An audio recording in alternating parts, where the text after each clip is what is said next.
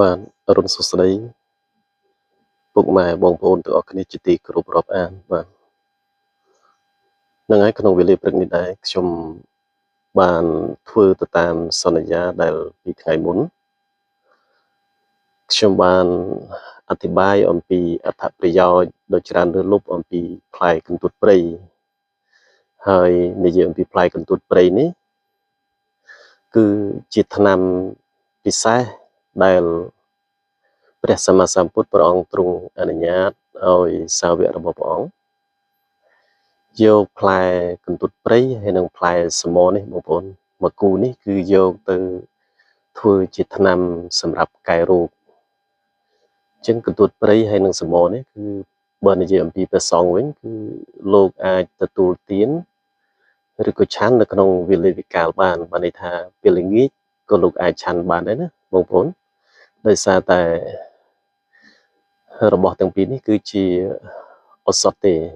សម្រាប់ជាថ្នាំកែរោគហើយ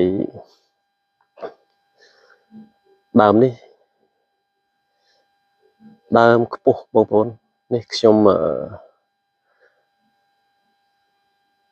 មានបំណងចង់មកប្រមូលយកផ្លែយកទៅប្រើប្រាស់ផងហើយដោយសារតែនៅក្នុងឆ្នាំនេះហាក់ដូចជាក្របន្តិចបងប្អូនហើយមានមួយដើមនេះឃើញថាផ្លែវាគឺច្រើនប៉ុន្តែនៅខ្ពស់បងប្អូនដើមនេះខ្ពស់ហើយនេះបងប្អូនសម្លឹងមើលនៅផ្នែក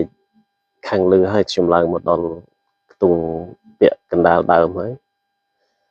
ឡើងមកដើម្បីងាយស្រួលនៅក្នុងការថតផងហើយក៏ងាយស្រួលនៅក្នុងការបេះផ្លែរបស់វាផងនេះដើមរបស់វានៅខាងក្រោមបងប្អូននេះហ្នឹង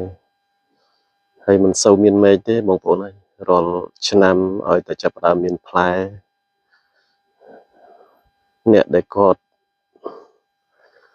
ដើរស្វែងរកផ្លែនឹងយកទៅបំពេញតម្រូវការរបស់គាត់ប៉ុន្តែគាត់ចេះតែព្យាយាមកាប់មែកធំធំកាប់រំលំទាំងដើមទៀតវាអត់ដឹងថាឆ្នាំបន្ទាប់ទៅវានឹងអាចមានផ្លែសមផ្លែកន្ទួតព្រៃនេះយកទៅប្រើប្រាស់បានដែរឬក៏អត់ទេបងប្អូនគួរឲ្យសោកស្ដាយណាស់នឹងអញ្ចឹងឈានចូលទៅដល់ចំណុចពិសេសរបស់សមនេះតែម្ដងបងប្អូនណាអញ្ចឹងសមនេះគឺខ្ញុំសូមរៀបរាប់ត្រួសពីចំណែកផ្សេងក្រៅពីផ្លែបន្តិចសិនដើម្បីឲ្យបងប្អូនមានការយល់ដឹងថាក្នុងមួយដើមនេះគឺវាមានសារៈប្រយោជន៍អ្វីខ្លះយើងអាចប្រើប្រាស់បានជាចំណែកណាខ្លះយកទៅផ្សំជាឱសថអញ្ចឹង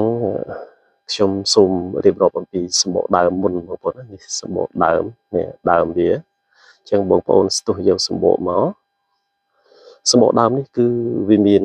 តួនាទីសំខាន់ទៅលើផ្នែកព្យាបាលដូចជាប្រភេទបេះដូងហើយនឹងបញ្ចុះទឹកនោមបងប្អូនណាអញ្ចឹងបងប្អូនដែលមានបញ្ហាសុខភាពផ្នែកទាំងពីរប្រភេទនេះគឺបងប្អូនសូមអញ្ជើញស្ទុះយកសម្បកវាហាលឲ្យស្ងួតទៅហើយបងប្អូនដាំទឹកទទួលទានទៅវានឹងអាចជួយផ្នែកដែលខ្ញុំបានរៀបរាប់អំបញ្ញវិញហើយអាហ្នឹងផ្នែកសម្បកដើមពីព្រោះខ្ញុំមិនរៀបរាប់អីច្រើនទេចង់យកពេលវេលាដែលមានតម្លៃហ្នឹងគឺយកទៅរៀបរាប់អំពីអត្ថប្រយោជន៍របស់ផ្លែវាវិញហើយម្យ៉ាងទៀតគឺផ្កាវាបងប្អូនណាផ្កាវាខែនេះហួសហើយដោយសារតែយើងមកដល់រដូវកាលដែលមានផ្លែហើយអញ្ចឹងបើនិយាយពីផ្កាវាគឺអាចព្យាបាលផ្នែកប្រភេទជំងឺរាគរូសបងប្អូនណាយកទៅដាំទឹកទទួលទានឲ្យគ្រាន់ចាស់បន្តិចទៅវានឹងអាចព្យាបាលជំងឺរាគរូសនេះបានហ្នឹងហើយឥឡូវនេះចូលដល់វគ្គពិសេសដែលយើងកំពុងតែចង់ដឹងតែម្ដងហើយនេះ ផ្លែវាបងប្អូនហើយនេះសមោចំតែម្ដងសមោហ្នឹងវាមានច្រើនប្រភេទណាវាមានប្រភេទសមោធម្មតាសមោហើយពិភេកហើយសមោតែគ្រាន់តែសមោហ្នឹងគឺវាមានរសជាតិប្លែកច្រើនជាងគេជាពិសេសវាមានរសជាតិល្វីងហើយជាប់នឹងខ្លាំងបងប្អូនណាដូចជាសមោអីហ្នឹងគឺវាផ្លែទងក្រហមហើយវាធំជាងហើយជាទូទៅវាអត់សូវមានជាតិចត់ខ្លាំងដូចជាសមោសុទ្ធហ្នឹងទេចំណែកសមោនេះបើគិតពីរសជាតិរបស់វានឹងវាមាន3ទៅ4ប្រភេទដូចជាកន្ទួតព្រៃអញ្ចឹងហើយក្នុងរុក្ខជាតិមួយដើមដែលមានរសជាតិច្រើនដូចជាសមនិងកន្ទួតព្រៃនេះគឺជាការកម្រណាបងប្អូនហើយដូចជាលោកគ្រូអ្នកគ្រូឱសថបុរាណទាំងឡាយលោកដឹងហើយតាមធម្មតាបើយើងសិក្សាផ្នែកបុរាណផ្នែកឱសថនេះគឺរសជាតិឧទាហរណ៍ថាឡើយដូចជារសជាតិល្វីងវាទៅព្យាបាលអីរសជាតិចត់វាទៅព្យាបាលអីហើយរសជាតិផ្អែមអីហ្នឹងគឺវាទៅព្យាបាលស្អីអញ្ចឹងសមោហើយនឹងកន្ទួតព្រៃនេះវារសជាតិវាប្រហាក់ប្រហែលគ្នាបងប្អូនណាវាមានជាតិល្វីងផងមានជូរផងមានចត់ផងមានផ្អែមផងនៅក្នុងហ្នឹងអញ្ចឹងហើយបានជាវាមានសារៈប្រយោជន៍ច្រើនទៅលើការព្យាបាលរោគផ្សេងៗនៅក្នុងសរីរាង្គកាយរបស់មនុស្សយើងអញ្ចឹងខ្ញុំសូមរៀបរាប់ហើយជាដំបូងគឺផ្លែរបស់សមនេះវាមានតួនាទីសំខាន់គឺបន្ទន់លាមកបងប្អូនណាហើយបងប្អូនដែលមានបញ្ហាពោះវៀនអីទ្រង់ខ្សោយល្មមដាក់ផ្លែសមតែមួយស្រួលគឺរៀកតែម្ដងបងប្អូនព្រោះវាបន្ទន់ខ្លាំងណាហ្នឹងហើយអានឹងទី1ទី2ផ្នែកជួយដល់ប្រព័ន្ធរំលាយអាហាររបស់បងប្អូនឲ្យវាល្អនៅក្នុងការរំលាយអាហារនឹងឯងហើយមួយទៀតព្យាបាលជំងឺដែលពាក់ព័ន្ធទៅនឹងថង់ប្រមាត់បងប្អូនណាថង់ទឹកប្រមាត់របស់បងប្អូនហ្នឹងម្យ៉ាងទៀតផ្នែករាគដូចជាបងប្អូនមានបញ្ហារាគរុះរ៉ាំរ៉ៃអីហ្នឹងរាគមូលឬដូងបាតហ្នឹងក៏ត្រូវដែរណាបងប្អូនណាអានេះវាចត់ខ្លាំងហ្នឹងហើយអញ្ចឹងឬដូងបាតហើយប្រភេទមានប្រភេទព្រូននៅក្នុងពោះវៀនអីហ្នឹងក៏ត្រូវហើយរាគដែលមានឈាមហើយបងប្អូនផ្នែកស្ត្រីហ្នឹងក៏ចឹងដែរពេលដែលមានឈាមដែលហូរតាមស្បូនខុសពីធម្មតារលាកស្បូនធ្លាក់សហើយនឹងចេញទឹកកាមដោយខ្លួនឯងនេះណាបងប្អូនក៏ត្រូវដែរហើយជាពិសេសទៅទៀតនោះនឹងដូចជាពុកម៉ែបងប្អូនណាដែលធ្លាប់តែសម្រាមទៅយើងលក់ស្កប់ស្កល់ហើយក៏ប៉ុន្តែពេលខ្លះជួនកាលហាក់ដូចជាគេមកបញ្ញាក់យើងដូចជាគេមកចាប់ទាញដៃទាញជើងឬថាមកវាយយើងព្រុសទៅធ្វើឲ្យយើងភ្ញាក់ចង្អាងដៃជើងណាបងប្អូនដែលធ្លាប់មានអាការៈបែបហ្នឹងគឺបងប្អូនយល់ហើយពាក្យដែលខ្ញុំរៀបរាប់អបាញ់មិញនេះអញ្ចឹងផ្លែសមនេះណាបងប្អូនវាអាចទៅជួយព្យាបាលអាប្រភេទរោគដែលភ្ញាក់កន្ត្រាក់ដៃកន្ត្រាក់ជើងនឹងបានទៀតណាពិសេសណានឹងអាហ្នឹងសារៈប្រយោជន៍របស់ផ្លែហើយម្យ៉ាងទៀតដូចជាពុកម៉ែបងប្អូនណាដែលមានបញ្ហាពងមាត់ពងបែកអីនៅក្នុងមាត់ហ្នឹងបងប្អូនអាចដំឲ្យម៉ត់ឬក៏យកមកទំពាក៏បានដែរហើយបៀមឲ្យជាប់នៅក្នុងមាត់អញ្ចឹងទៅមកសន្ទុះឲ្យបងប្អូនខ្ជាក់ចេញឲ្យបងប្អូនបៀមថ្មីទៀតទៅណាអាហ្នឹងគឺអាចជួយព្យាបាលផ្នែកពងបែកនិងដំបៅមាត់នឹងបានហើយម្យ៉ាងទៀតអាចយកទៅដាំទឹកលាង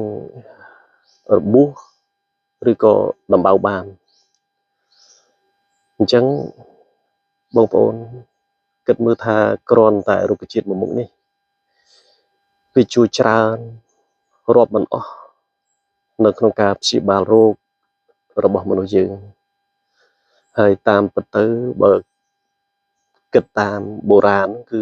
មិនមែនត្រឹមតែប៉ុណ្្នឹងទេបងប្អូនហើយពេលខ្លះជួនកាលមានអ្នកខ្លះទៅទៀតគាត់គិតថាផ្លែសមនេះវាសឹងថាដូចជាថ្នាំទប់ទៅទៀតឯណោះនៅពេលដែលយើងយកមកប្រើប្រាស់នឹងត្រូវចំគោលដៅហើយយើងចេះពីរបៀបនៃការប្រើប្រាស់របស់វាណាហ្នឹងហើយអញ្ចឹងខ្ញុំក៏គ្មានអ្វីច្រើនបន្តទៅទៀតដែរដោយសារតែអ្វីដែលខ្ញុំបកស្រាយកន្លងមកនេះគ្រាន់តែចង់សូមបញ្ជាក់ឲ្យពុកម៉ែបងប្អូនទាំងអស់គ្នាជ្រាបកាន់តែច្បាស់ហើយមានការជឿជាក់ទៅលើគុណភាពឬក៏ថាលក្ខណៈពិសេសរបស់ផ្លែសមនេះឲ្យកាន់តែច្បាស់ទៅជៀសវាងកុំឲ្យមានការយល់ច្រឡំដោយប្រការផ្សេងឬក៏តាមពាក្យដែលគេបង្វែរបង្វិលដើម្បីកុំឲ្យយើងប្រើប្រាស់ណាហ្នឹងអញ្ចឹងសូមបងប្អូនមានការជឿជាក់ចោះហើយបើ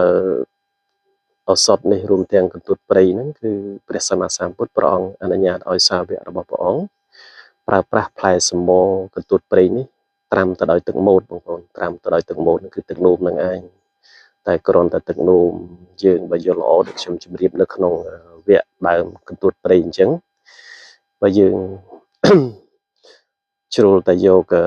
ទឹកមូតហ្នឹងគឺយើងយកទឹកនោមណាដែលទឹកនោមក្មេងៗដែលមិនទាន់ឆ្លងកាត់ការប្រព្រឹត្តកាមណាអាហ្នឹងហើយកុំឲ្យជាប្រភេទទឹកនោមដែលមានមេរោគបងប្អូនអាហ្នឹងវាជាលក្ខណៈអនាម័យល្អហើយបើមិនចឹងទេទឹកឃ្មុំចោះបានអរគុណច្រើននៅពេលវេលាដ៏មានតម្លៃដែលបងប្អូនបានតាមដាននៅខ្សែវីដេអូរបស់ខ្ញុំតាំងពីដើមរហូតមកដល់ទីបញ្ចប់នេះអញ្ចឹងជាទីបញ្ចប់ខ្ញុំបាទសូមជូនពរទៅដល់ពុកម៉ែបងប្អូនទាំងអស់នឹងឲ្យរួចផុតអំពីជំងឺដង្កាត់ទាំងឡាយដែលកំពុងតែកើតមានក្តីឬក៏មិនទាន់កើតឡើងក្តីគឺសូមឲ្យបងប្អូនជៀសផុតអំពីបញ្ហាទាំងអស់នេះណាបងប្អូនណានឹងឲ្យសូមទេវតាទូទាំង10000លោកធាតុជួយថែរក្សាការពារពុកម៉ែបងប្អូនទាំងអស់គ្នាឲ្យរកទទួលទានមានបានមិនថាខែណាឆ្នាំណាពេលវេលាណាទេគឺសូមឲ្យបងប្អូនទាំងអស់នឹងបរិបូរទៅដោយសេចក្តីសុខនិងសម្បត្តិគ្រប់គ្រាន់កុំឲ្យមានខ្វះខ្លះឡើយសូមជម្រាបលានិងសូមអរគុណច្រើនបងប្អូន